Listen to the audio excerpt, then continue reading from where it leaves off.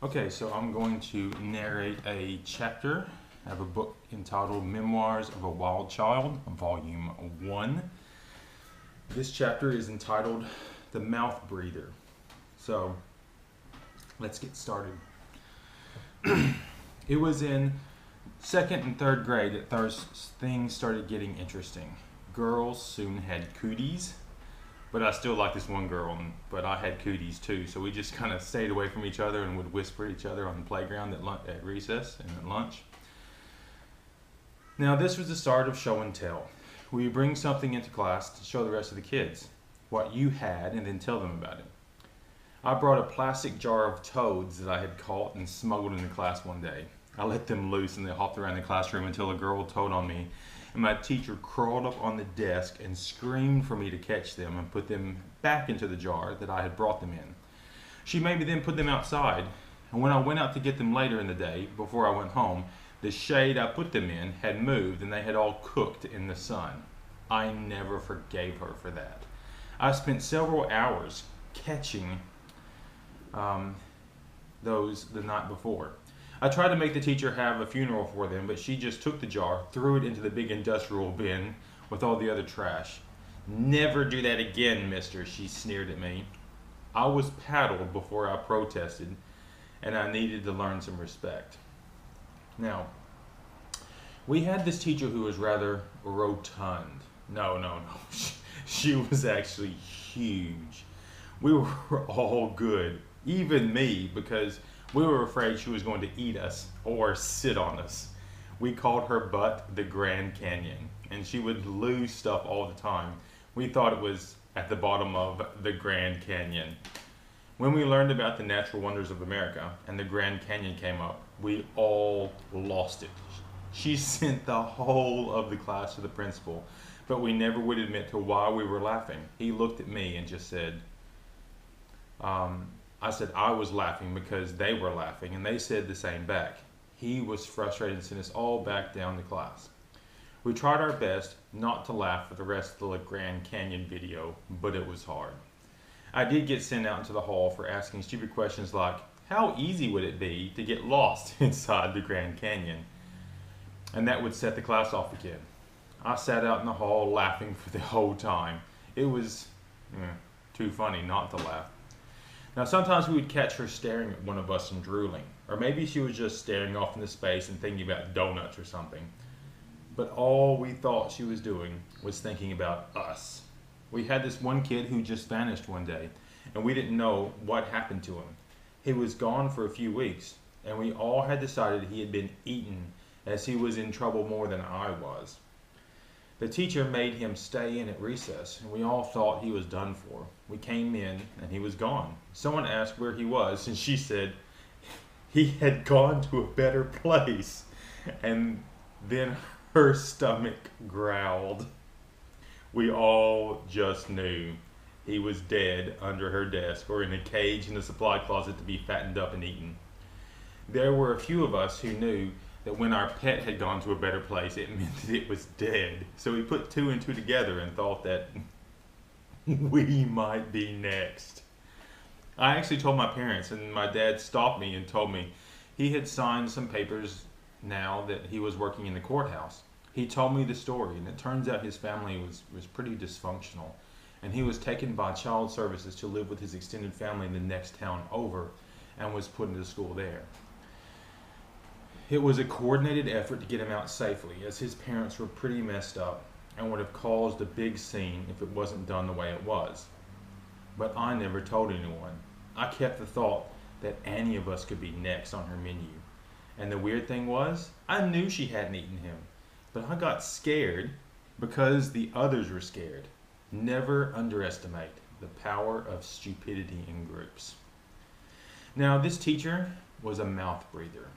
It was like a female Darth Vader and twice as scary. She was so heavy that she had to have surgery on her hips, as she had worn them both out. But before she got to that point, she had one of those electric motorized wheelchair scooter things that get around. It would squeak and sometimes struggle to move her from place to place. When she was at her desk, it was always on charge. That one eventually wore out, and they had to buy her a much better, heftier version, one with more muscle. It was called the Mule, and it looked like a little golf cart without a roof and sounded like a little army tank that they use in the parades down Main Street, but a much smaller version. We had this field trip to the museum with her, and we had to ride in one of those short school buses that could lift her and her wheelchair in the back with this hydraulic lift. So we were in the museum, and we went to it every year, and it was all about our state, taxidermy animals, some cool stuff from other countries, like spears and shrunken heads, which was my favorite part of the museum. I was only allowed to be in there for a little while at a time, as I'd get too many ideas, get too excited, and my behavior would deteriorate. But there was an animatronic dinosaurs that would come to on tour every few years, and that is why we were there this time. The dinosaurs were awesome. They were all, as were all the other regular exhibits, but sadly, I was being punished for something stupid I'd done at school. I think it was in art class when I used one of the girls' ponytails as a paintbrush. But it was okay because it was almost the same color as her own hair. Anyway, I was having to stay with the teacher, and she had two speeds, super slow or fast. There was no in between, or if there was, she never used it. I was as interested in what she was interested in, and since I had to stay with her, I had to read all of the display placards explaining the exhibits. We slowly crept along and stopped at this one exhibit with monkeys in a line transforming into cavemen.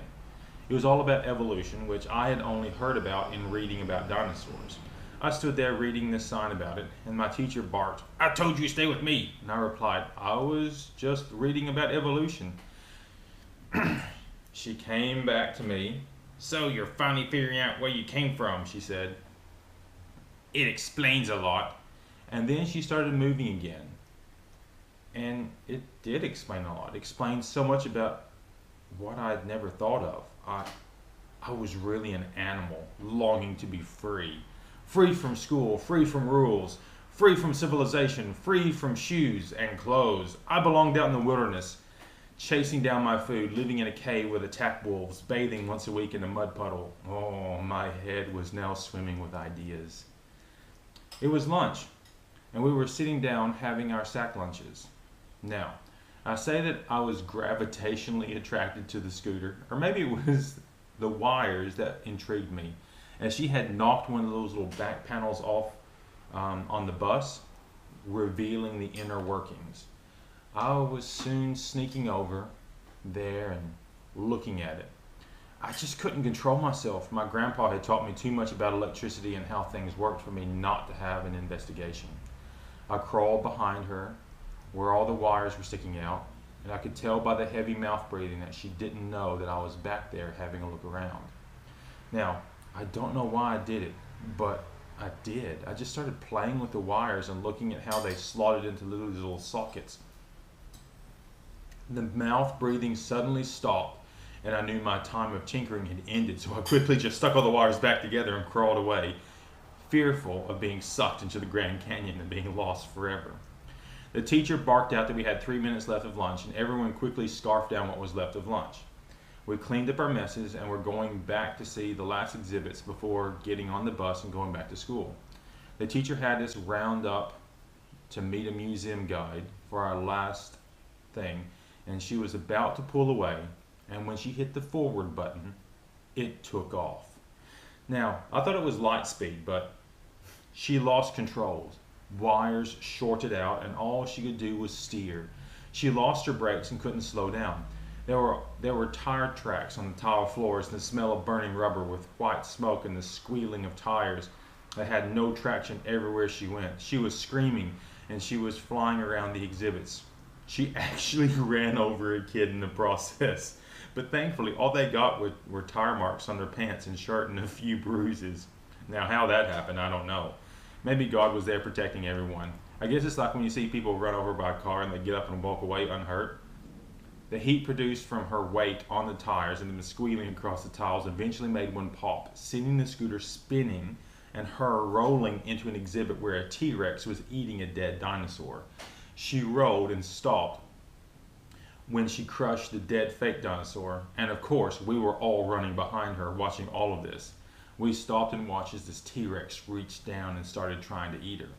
Well, it was just a program still running, but we were all just standing there with our mouths hanging open at the side. It was seriously amazing.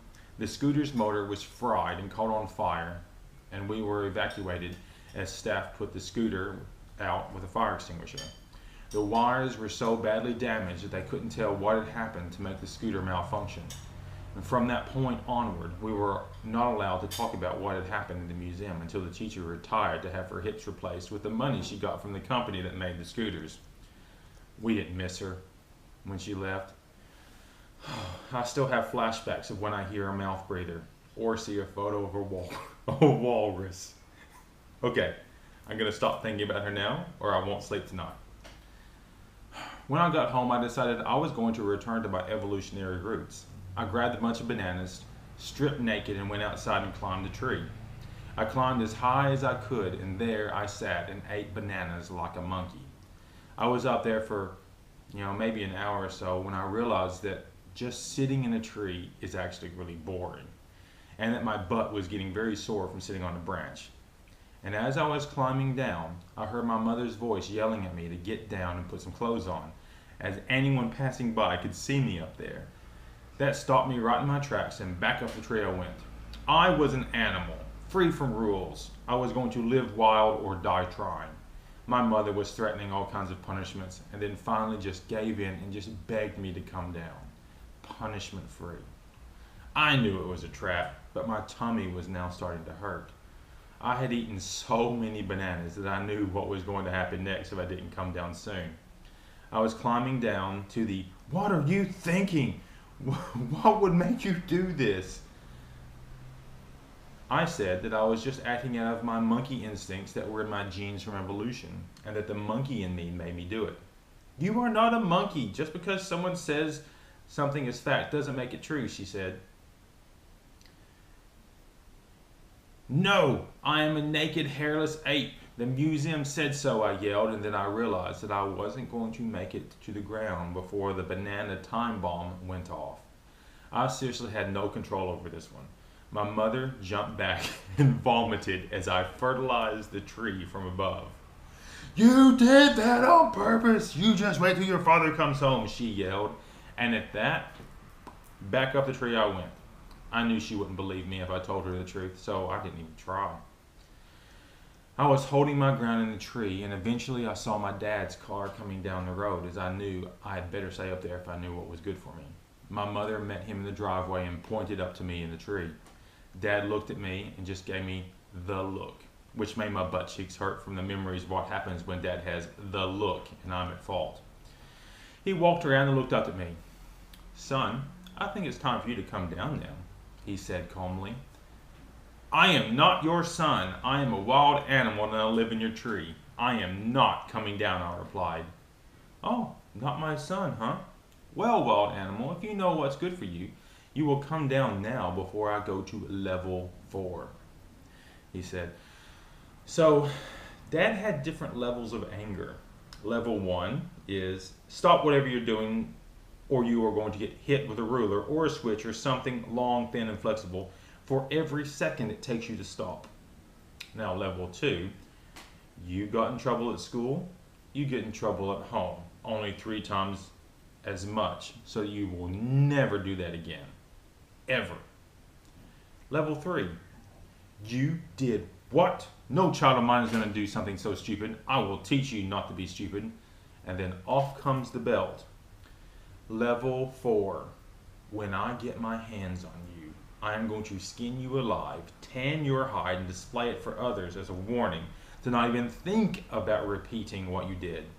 Now, just a side note, I don't believe level 4 really existed. I think I got to a 3.8 once though, and that was enough for me.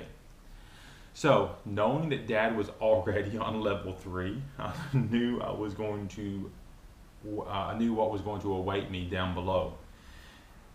I was sure I was a better tree climber than my dad. So my plan was to sit up there until they gave up and went inside. Then I would run away and live in the woods, or if that got boring, I could just join a circus.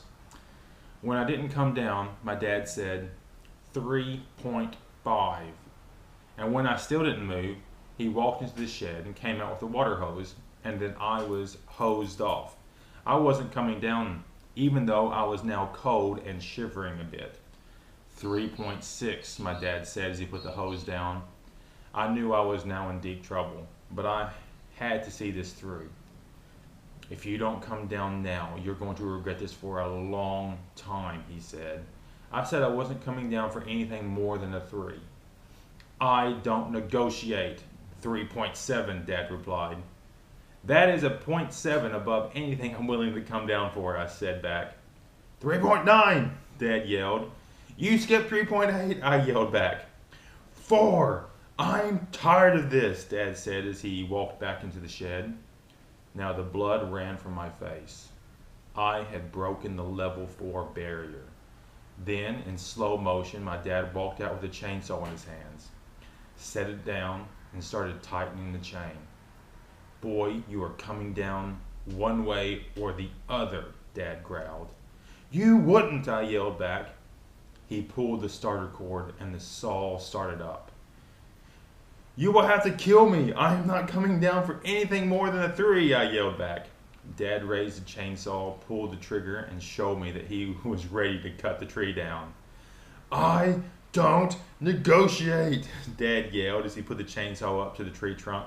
3.5, final offer, and you won't have to cut the tree down, I yelled in desperation. Sold, yelled my mother, and the chainsaw was switched off, and I slowly came down the tree. My dad could sense that I was going to jump and do a run for it, and he somehow knew where I was going because he caught me before I hit the ground and said, "Oh, no, you don't." He had his belt in hand and me bent over a table. I was getting the lecture of a lifetime about obedience and what was expected of me.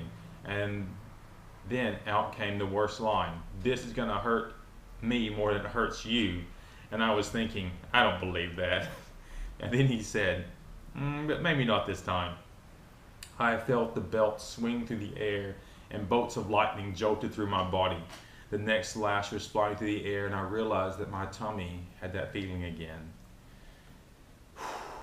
It was as if 2 trucks had a head-on collision, except one of the trucks was made of jello and the other was going at the speed of light. Let's just say that it went everywhere, including my dad's face, and I was only hit twice that time. Dad's suit had to be dry cleaned twice, and I was hosed off yet a second time. I learned my lesson about obedience. So that's just a little excerpt from that chapter, and it keeps going. The insanity continues.